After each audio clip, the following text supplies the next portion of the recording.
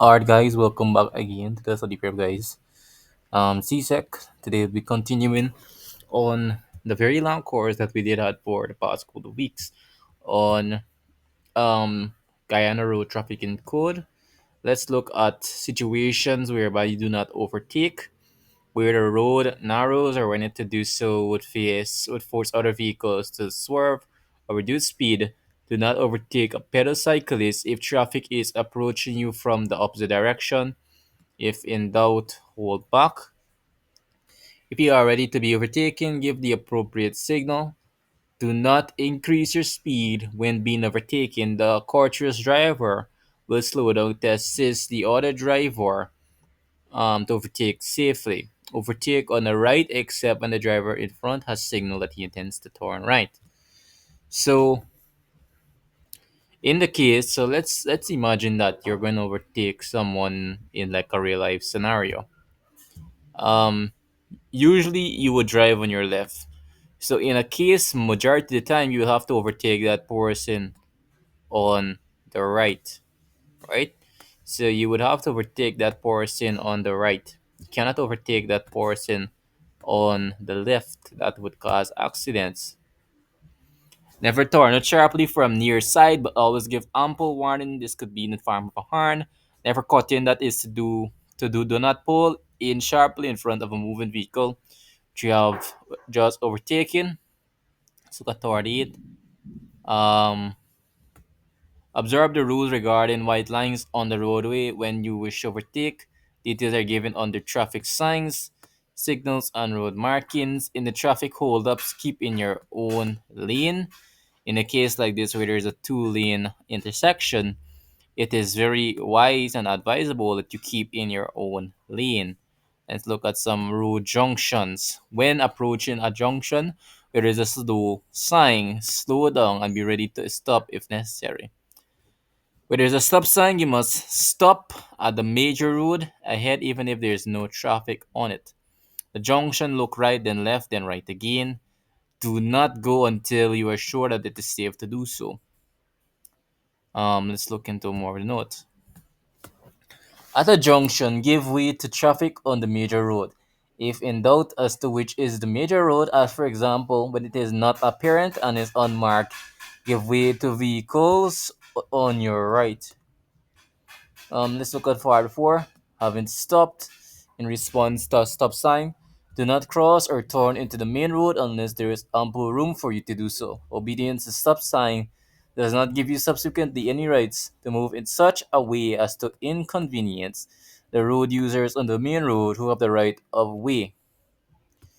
Then look at part 5. At the junction, do not rely on signals to go ahead given by unauthorized persons, but accept signals to stop unless you are sure there is no danger.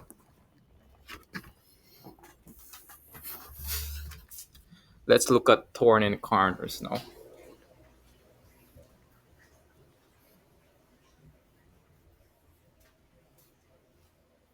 Alright, let's continue. So, well before you turn right at the junction, take full account of the position and movement of the traffic following you.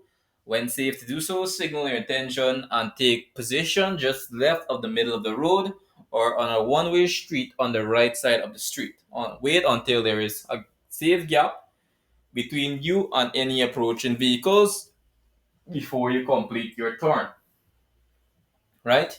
So, an additional note is be particularly careful when turning to the right across the line of oncoming traffic and give way to it.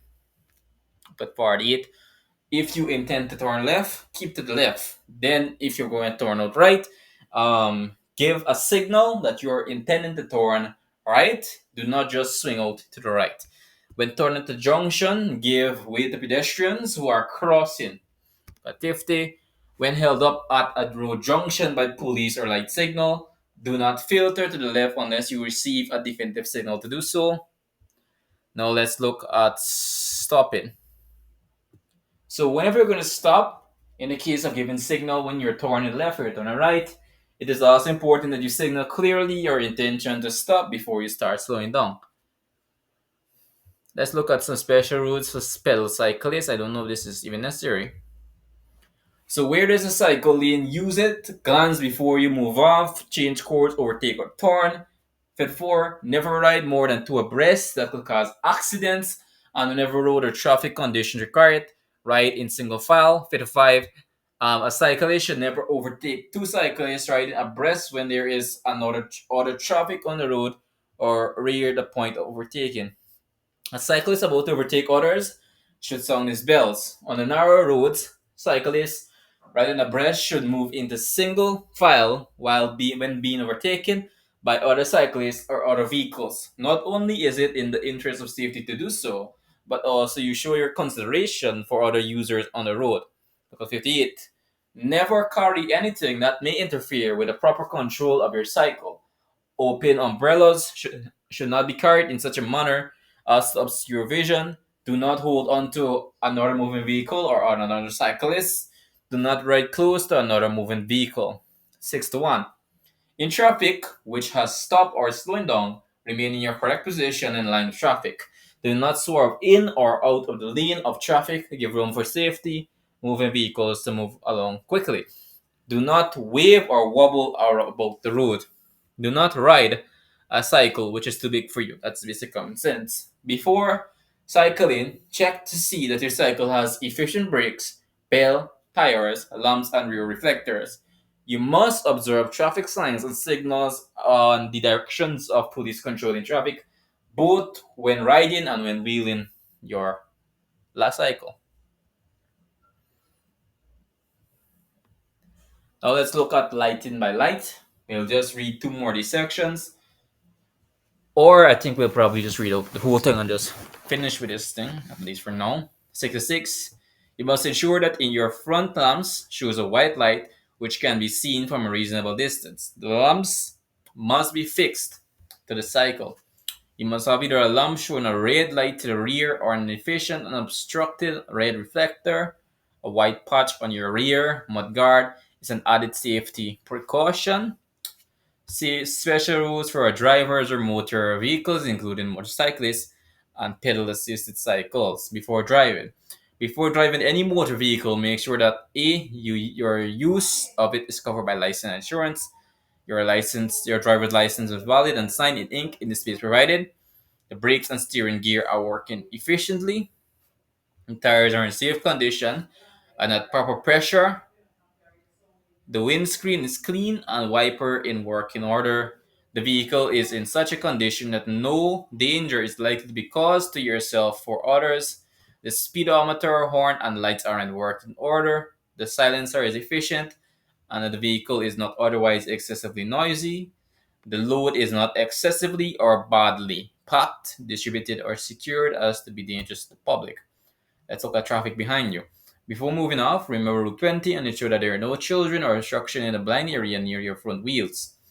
And you want to reverse, make sure either by looking around or by glancing in your mirror that no one is about to overtake you and that there are no children or obstruction in the blind area near your back wheels. Before opening any of the doors of your motor vehicle, make sure that it is safe to do so either by looking around or by glancing in your mirror. 72. Look in your driving mirror from time to time and always before you signal or change course or overtake or turn a stop. You're driving a motorcycle, even one fitted with a mirror, glance before you signal or move off or change course, overtake or turn. Driving along. Do not drive nose to tail. Remember the vehicle ahead of you may stop suddenly. If a vehicle you are attempting to overtake, accelerate. Do not race it, but fall behind. 76. Remember that the sound of your home horn does not give you the right of way or absolve you in any way from the duty of taking every precaution to avoid an accident. 77.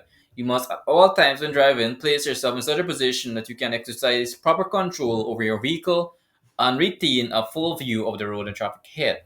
You should not drive with one hand holding onto the roof, as in the event of a sudden defect or any other emergency, you might not be able to control your vehicle properly.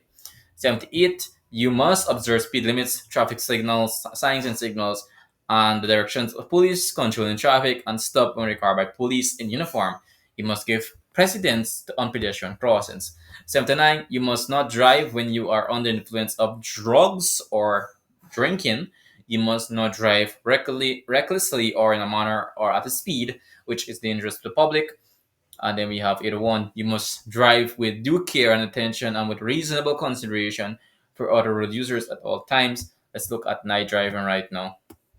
After dark, on unlighted roads and in streets where lighting is not good, do not rely on side lights only. 83, when meeting other traffic by night, dip your headlights. Then you have 84, when following closely behind another vehicle, dip your headlights or you will dazzle the driver ahead of you through his driving mirror.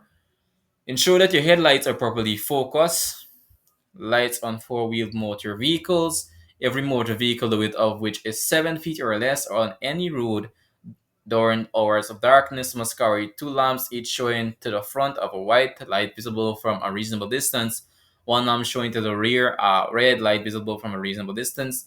Every motor vehicle, the width of which exceeds 7, must carry two lamps showing to the front a white light visible from a reasonable distance, and on the right outside the widest point, an efficient white reflector and reflective material reflecting a white light, and two lamps, each showing to the rear a red light visible from a reasonable distance, one of which must be placed within 12 inches of the offside of the vehicle. No lights are required on motor vehicles parked as near as possible to the side of the road in Georgetown or New Amsterdam, provided the front and rear vehicles are within 15 yards of a street lamp, or on vehicles other than the front and rear vehicles when three or more vehicles are drawn up in a single line at the side of any road with an interval of not more than 6 feet between successive vehicles. Let's look at directional indicators. Make sure that your direction indicators are working efficiently at all times. Reversing in the 7. Do not reverse from a minor or access road into a main road. Reverse into minor or access roads, preferably one on your left, and make sure that the main road is clear before you enter it. If you are driving a vehicle and your view to the rear is restricted, get help when reversing. Let's look at parking and stopping. Do not park in a main road if you can use a car park or a suitable side street.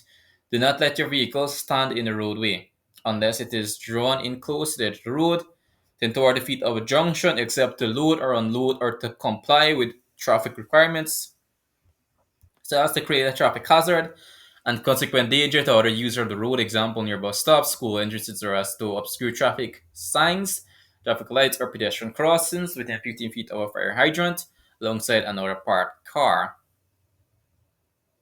Then, level 91, you must stop the engine and engage the handbrake before you can use the vehicle. It is also leave the vehicle. It is also advisable the slope or incline to engage the gear, but remember to disengage it before starting the engine.